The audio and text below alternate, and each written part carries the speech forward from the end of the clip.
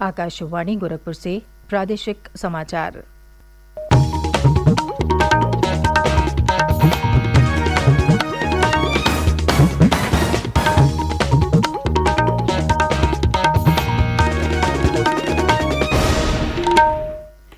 नमस्कार। समाचार बुलेटिन के साथ मैं सुकेती अस्थाना। पहले मुख्य समाचार। मुख्यमंत्री योगी आदित्यनाथ ने झांसी और ललितपुर जिलों में जल जीवन मिशन के तहत संचालित परियोजनाओं का निरीक्षण किया। पेयजल परियोजनाओं को पूरी गुणवत्ता के साथ समयबद्ध ढंग से पूरा करने के दिए निर्देश।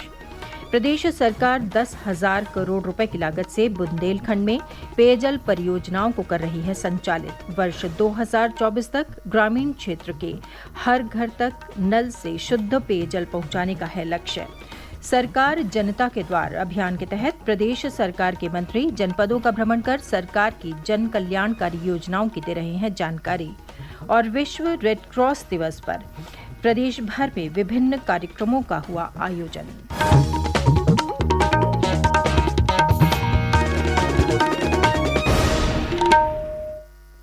और अब समाचार विस्तार से।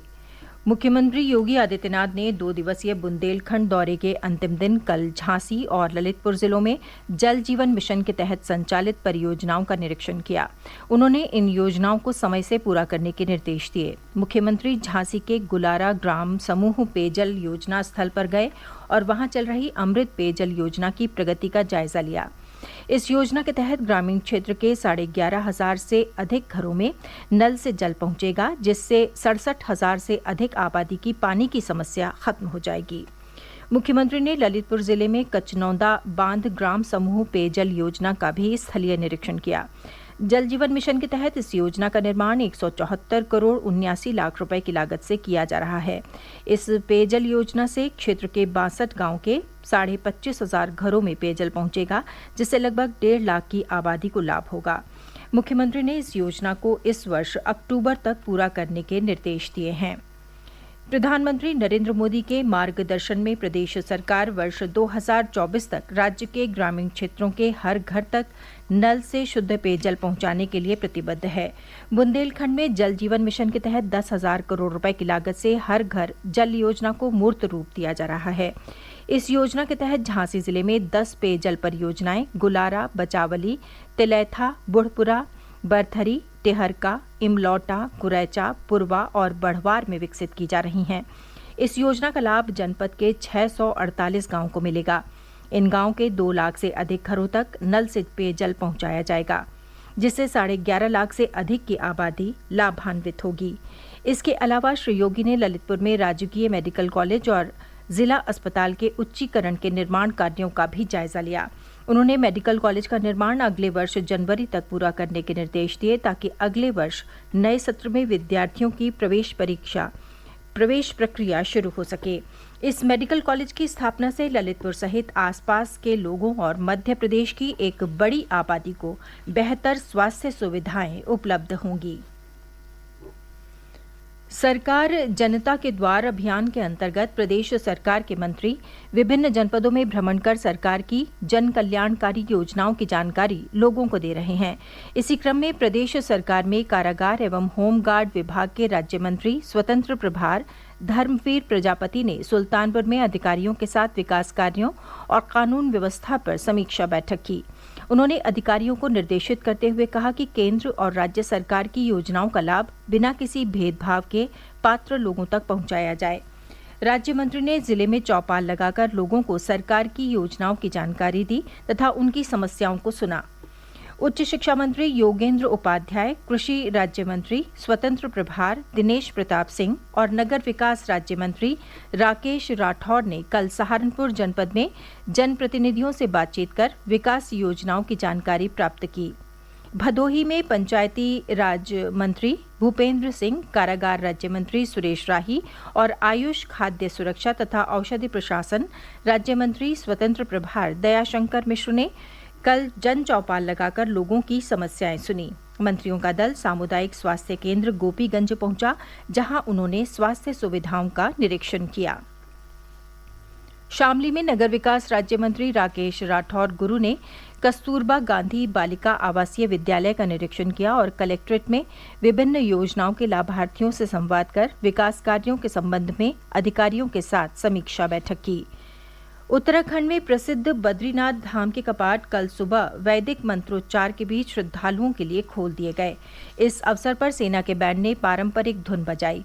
उत्तराखंड में चमोली जिले में स्थित बद्रीनाथ मंदिर भगवान विष्णु को समर्पित है। इससे पूर्व केदारनाथ धाम के कपाट शुक्रवार को खोल दिए गए थे। चार धाम यात्रा अक्षय तृतीया के अवसर पर गंगोत्री और यमुनोत्री मंदिरों के कपाट खुलने के साथ शुरू हुई थी। प्रदेश के खेल एवं युवा कल्याण राज्य मंत्री स्वतंत्र प्रभार गिरीश चंद्र यादव ने कहा कि आज समय प्रौद्योगिकी का है और प्रौद्योगिकी में दक्ष हुए बगैर छात्र छात्राओं का सर्वांगीण विकास नहीं हो सकता। जौनपुर में कल गौरा बादशाहपुर के निकट पिलखिनी के श्री चंदजी महाविद्यालय में विद्यार्थियों को टैबलेट और स्मार्टफोन वितरित करने के बाद अपने संबोधन में राज्य मंत्री ने कहा कि कोविड महामारी के दौरान युवाओं की शिक्षा प्रभावित न हो, इसलिए सरकार उन्हें टैबलेट और स्मार्टफोन दे रही है। इससे पूर्व श्री यादव ने नगर में भ्रमण करके साफ सफाई का निरीक्षण किया और संबंधित अधिकारियों को दिशा निर्देश दिए।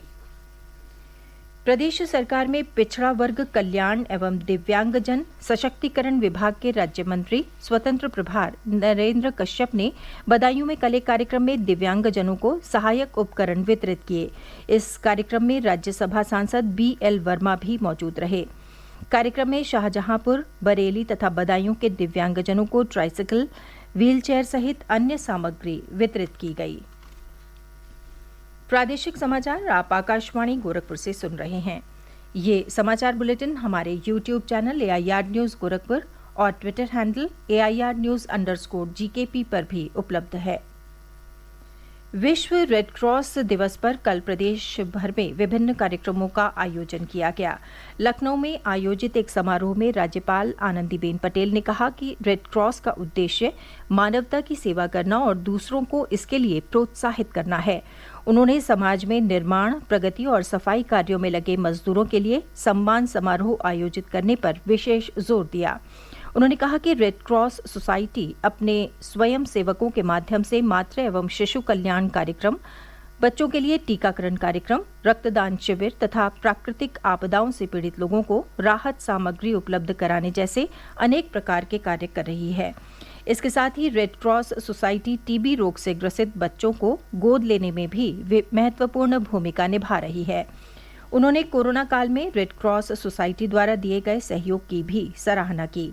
समारोह में राज्यपाल ने विशिष्ट सेवा कार्यों के लिए कई जिलों के जिलाधिकारियों सहित 41 लोगों को प्रतीक चिन्ह एवं प्रशस्ति पत्र देकर सम्मानित किया। इस अवसर पर उप मुख्यमंत्री एवं स्वास्थ्य मंत्री बृजेश पाठक ने डॉक्टरों और अस्पताल के कर्मचारियों से मरीजों के प्रति सेवा भाव से कार्य करने की अपील की। इस अवसर पर हमीरपुर में रक्तदान शिविर का आयोजन किया गया। इसका उद्घाटन केंद्रीय मंत्री साध्वी निरंजन ज्योति ने किया। उन्होंने शिविर में रक्तदान के लिए मौजूद लोगों का आभार व्यक्त करते हुए कहा कि रक्तदान से बढ़कर कोई दान नहीं है, इससे किसी की जिंदगी बचाई जा सकती है। विश्व रेड क्रॉस दिवस पर गोरखपुर में पुलिस कर्मियों ने रक्तदान किया। केंद्र सरकार ने कहा है कि स्नातकोत्तर पाठ्यक्रमों के लिए राष्ट्रीय मेडिकल प्रवेश परीक्षा नीट पीजी को स्थगित नहीं किया गया है और ये परीक्षा निर्धारित कार्यक्रम के अनुसार 21 मई को ही होगी। पत्र सूचना कार्यालय ने राष्ट्रीय परीक्षा बोर्ड के नाम पर जारी उस नोटिस को फर्जी बताया है जिसमें नीट पीजी की परीक्षा स्थगित होने का दावा किया गया है। पूर्वी उत्तर प्रदेश के गोरखपुर, कुशीनगर, देवरिया, बलरामपुर, श्रावस्ती, गोंडा और बस्ती सहित अन्य जनपदों में कल दिन में तेज हवा चलने और कहीं कहीं बूंदाबांदी होने से लोगों को गर्मी से आंशिक राहत मिली। मौसम विभाग ने आगामी 12 मई तक प्रदेश के पूर्वी हिस्सों में 1 या 2 स्थानों पर गरज चमक के साथ वर्षा होने का अनुमान जताया है। वहीं इस दौरान पश्चिमी उत्तर प्रदेश में मौसम शुष्क बना रहेगा।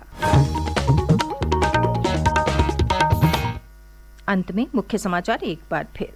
मुख्यमंत्री योगी आदित्यनाथ ने झांसी और ललितपुर जिलों में जल जीवन मिशन के तहत संचालित परियोजनाओं का निरीक्षण किया। पेयजल परियोजनाओं को पूरी गुणवत्ता के साथ समयबद्ध ढंग से पूरा करने के दिए निर्देश। प्रदेश सरकार 10,000 करोड़ रुपए की लागत से बुंदेलखंड में पेयजल परियोजनाओं को कर रही है संचालित। वर्ष 2024 तक ग्रामीण क्षेत्र के हर घर तक नल से शुद्ध पेयजल पहुंचाने का है लक्ष्य। सरकार जनता के द्वार अभियान के तहत प्रदेश सरकार के मंत्री जनपदों का भ्रमण कर सरकार की जन कल्याणकारी योजनाओं की दे रहे हैं जानकारी। और विश्व रेड क्रॉस दिवस पर प्रदेश भर में विभिन्न कार्यक्रमों का हुआ आयोजन। इसके साथ ही ये समाचार बुलेटिन समाप्त हुआ। नमस्कार।